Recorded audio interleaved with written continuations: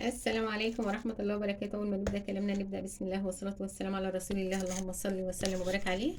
إن شاء الله كده أنا بقطع فاصوليا يا جماعة، بخرطها يعني بدل ما أعملها بكرة إن شاء الله نعيشنا كده فإيه، وبدل ما أضيع وقت أنا كده عندي أكل بيت يا جماعة.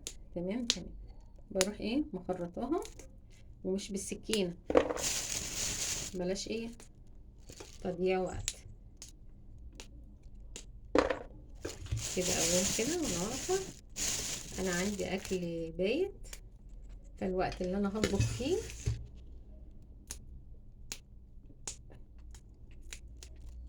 الوقت اللي انا هضيعه في طريق الاكل بقطم فيه الفاصوليا. لو انا مثلا هطبخ، كنت النهارده ما عنديش اكل بايت، كنت مثلا ممكن اعملها اخر النهار وانا قاعده، فانا دلوقتي كده اخلص منها بالمره. بس اما تحطيها على الرف في التلاجة ما ما تحطهاش ما تغسلهاش قبلها بيوم. يعني انا كده هحطها على الرف في التلاجة لبكره ان شاء الله نعيشنا اعملها بامرك يا رب.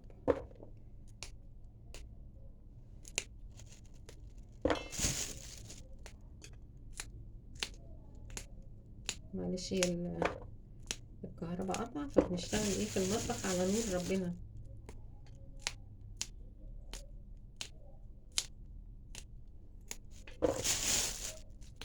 نور ربنا احلى من اي نور.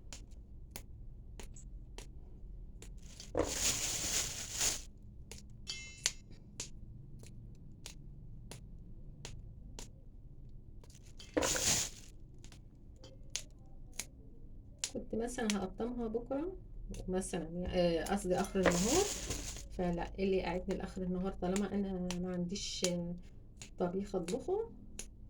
الحمد لله روقت البيت وتمام التمام، خليته زي الفل. دخلت على المطبخ لان انا مثلا لما بطبخ ببدا بالطبيخ الاول، اولع عليه وبعدين بقى بروق في البيت.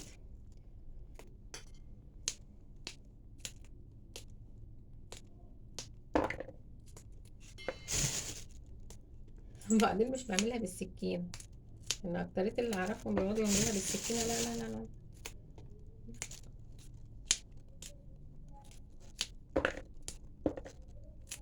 بس على طبيخها الحلو يا جماعه وطعمها الجميل.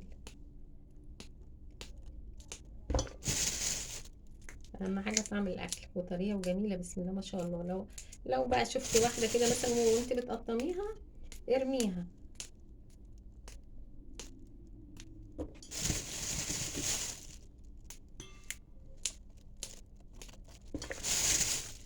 توضيب الاكل قبلها بيوم يا جماعه بيوفر وقت والله. وساعات لما ببقى مثلا فاضيه كده وبدل ما انا قاعده اقول بالليل كده مثلا، اقول لا طب ما الواحد قاعد، طب ما الواحد يقوم مثلا يولع على الطبيخ. والله والطبيخ بالليل ده ما بياخدش وقت خالص على فكره، ويستهدى خالص. وبروح شايلاه وحاطاه في التلاجة، بصبح تاني يوم على عميل الرز بس. يعني احيانا يعني، بس انا دي ان شاء الله بكره نعيشنا هعملها، مش هطبخها النهارده للامانه يعني، هطبخها بكره ان شاء الله. بولع عليها بولع على الرز وتمام التمام، فكله بيخلص مع بعض يعني. ربنا يدينا الصحه جميعا ونعمل يا رب، اللهم امين يا رب العالمين.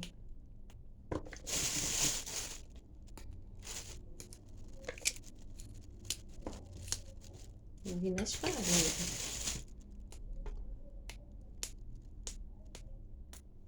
بس هي طريه للامانه، كلها طريه زي الفل. دي اللي لقيتها ناشفه ارميها. اللهم بارك، ربنا يديمها نعمه يا رب، يحفظها من الزوال، اللهم امين يا رب العالمين. وممكن مثلا عايزه تقطعيها اسرع من كده، تحطي كام واحده ترصصيهم على البلانشه كده، وما عندكيش بلانشه على ترابيزه على صينيه، وتروحي حطاهم جنب بعض وتروحي عاملاهم بالسكينه مره واحده كده تخرطي فيها. بس انا يعني مش مستعجله.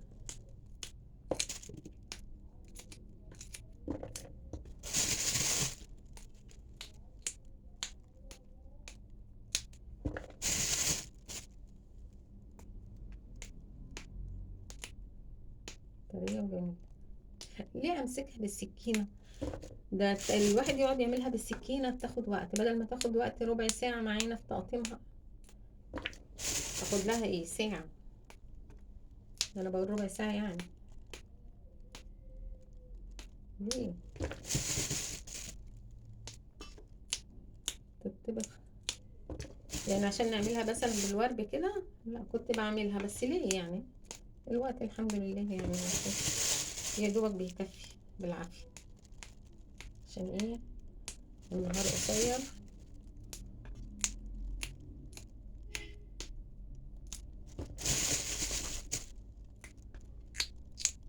هي افكار يعني، حد هيقول لي الفاصوليا يعني نقعد نقول هي بتتعمل ازاي؟ لا هي افكار، كلنا بناخد افكار من بعض. الفكرة دي جميلة، توفر عليكي وقت. ليه تقعدي بالسكينة عشان نعملها يعني اللي هي نوربها كده واحنا بنخرطها؟ لا. الواحد يفنن مثلا في طبق سلطة، في طبق طماطم هيقطعه مع خيار مع حاجات من دي، يقدمه بطريقة حلوة، وده بيتقدم بطريقة جميلة. هي مش بتبان يا جماعة، هي متخرطة، هي متقطعة ولا متخرطة. واللي كانوا بيعملوها بيقطعوها بالسكينة عشان يعملوها بالورب كده. الوقت بقى بيعملوها زي،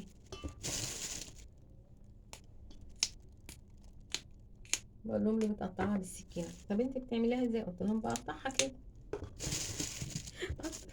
بقطمها، بمسكها كده، مقطم مقطم مقطم، متاخدش وقت.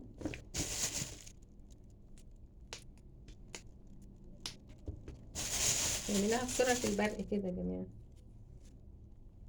بس أهم حاجة لو فيها حاجة فيها فتلة كده، اللي هي الخضرة اللي فيها دي، بتشيليها.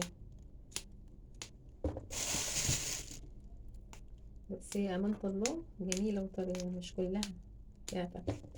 ولغاية دلوقتي واحدة بس اللي هي ايه، الناشفة اللي شلتها رميتها. وكده ايه، اخلص منها في وسط الشغل خلاص يعني. دي كانت في الخطة ان انا اقعد اعملها اخر النهار وانا قاعدة، اقطمها كده برضو نفس التقطيمها. بس خلاص كان عندي اكل بايت، ومثلا بقف اعمل الاكل، اقف اطبخ اكل مثلا وانا هطبخ. كنت هعملها اخر النهار، مش زي ما قلت يعني، مش هطبخ. خلاص الوقت اللي هيضيع في الطبيخ يتعمل فيه الفاصوليا يا جماعة، اي خضار. حتى امبارح برضه عملت السبانخ. اي حاجة بنضفها يا جماعة وانا قبلها بيوم، بتريح.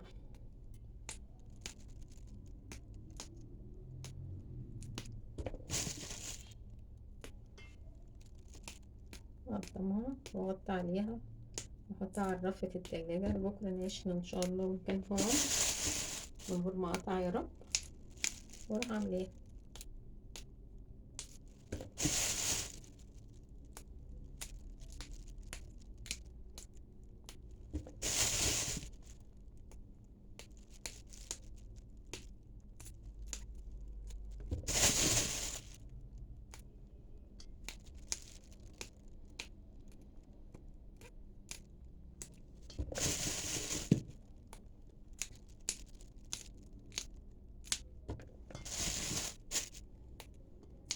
في طماطم مثلا عايزة تتعين، ببقى جايبة طماطم برضو بحطها على الرف في التلاجة، بتبقى جامدة. بتمم عليها كل يوم، الاقي فيها مثلا طماطم كده طرية، بروح مسكاها منضفاها وحطها في الفريزر.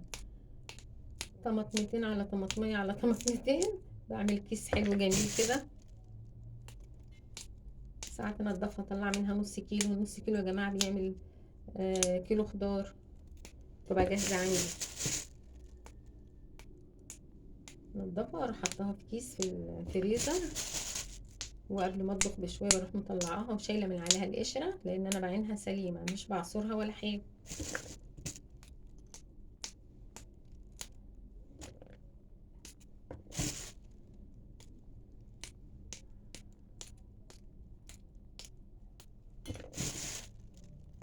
برضو دي بتوفر عليا وقت ومجهود، وكمان الوقت كمان يعني.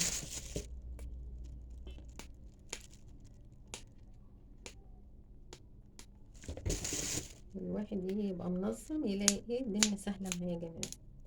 وكلنا منظمين الحمد لله، كلكم ستات بيوت شاطرين، بس بنقول معلومات كده ايه،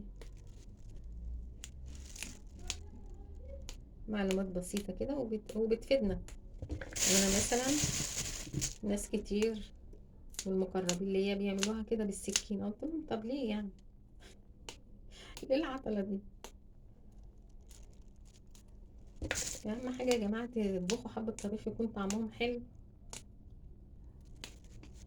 ويتقدموا بطريقة حلوة كده، دي اهم حاجة. الوقت بقى بيعملوها كده.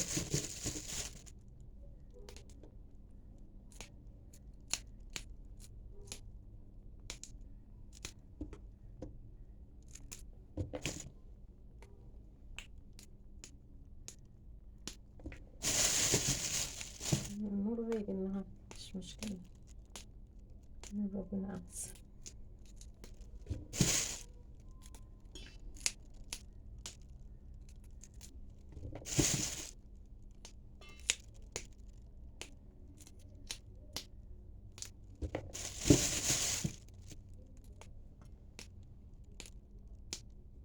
ومثلا لو هتطبخي مثلا بالنهار كده مش فاضية، اعمليها آخر النهار، تلاقي الحاجة عندك جاهزة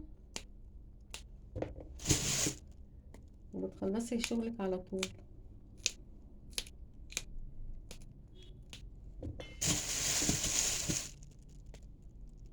والله ما خد وقت يا جماعة، هو ده كيلو على فكرة.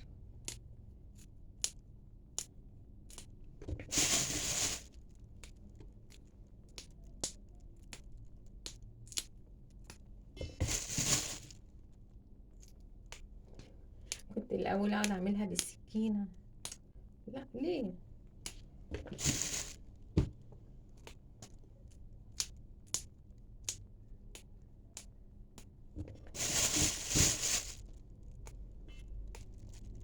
بسرعة كده. روتين، روتين تشجيعي.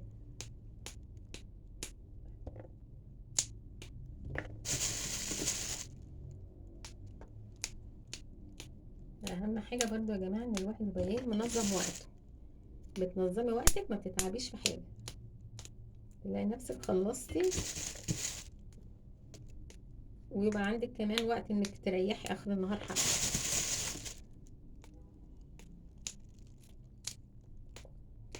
وحتى الواحد لما بينضف خضار آخر النهار يا جماعة مش بيتعب فيه، لأن ما بيبقاش وراه حاجة، اللي هو محبة تنظيف الخضار اللي مثلا اللي هيعملهم تاني يوم، أو إذا كنت ممكن أطبخه بالليل. بس إن شاء الله بإذن الله أعملها بكرة العشاء.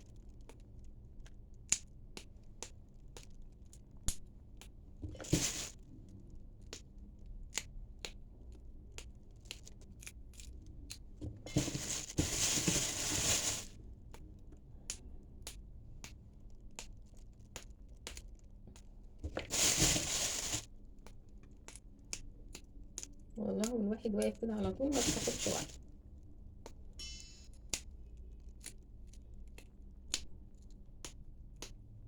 ربنا يدينا الصحة جميعا ونعمل يا رب، اللهم آمين يا رب العالمين.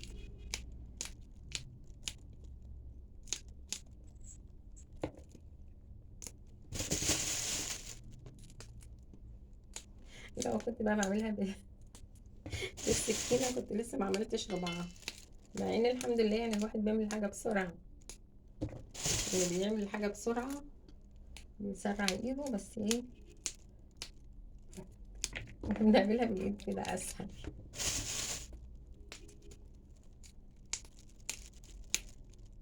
حلو والله، كيلو فاصوليا يعني واحدة بس اللي طلعت ناشفة فيه.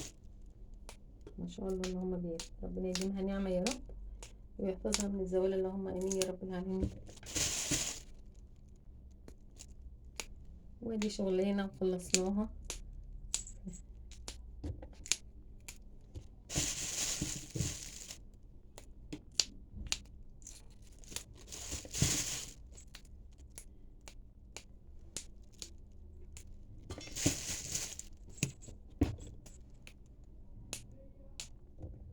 هي بامية هنقعد نقمع فيها، السولي على طول.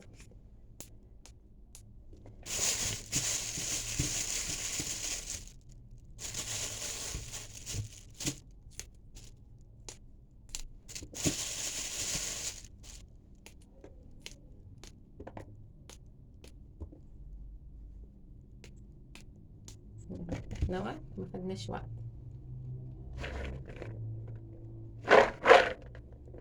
والله ما خدت وقت.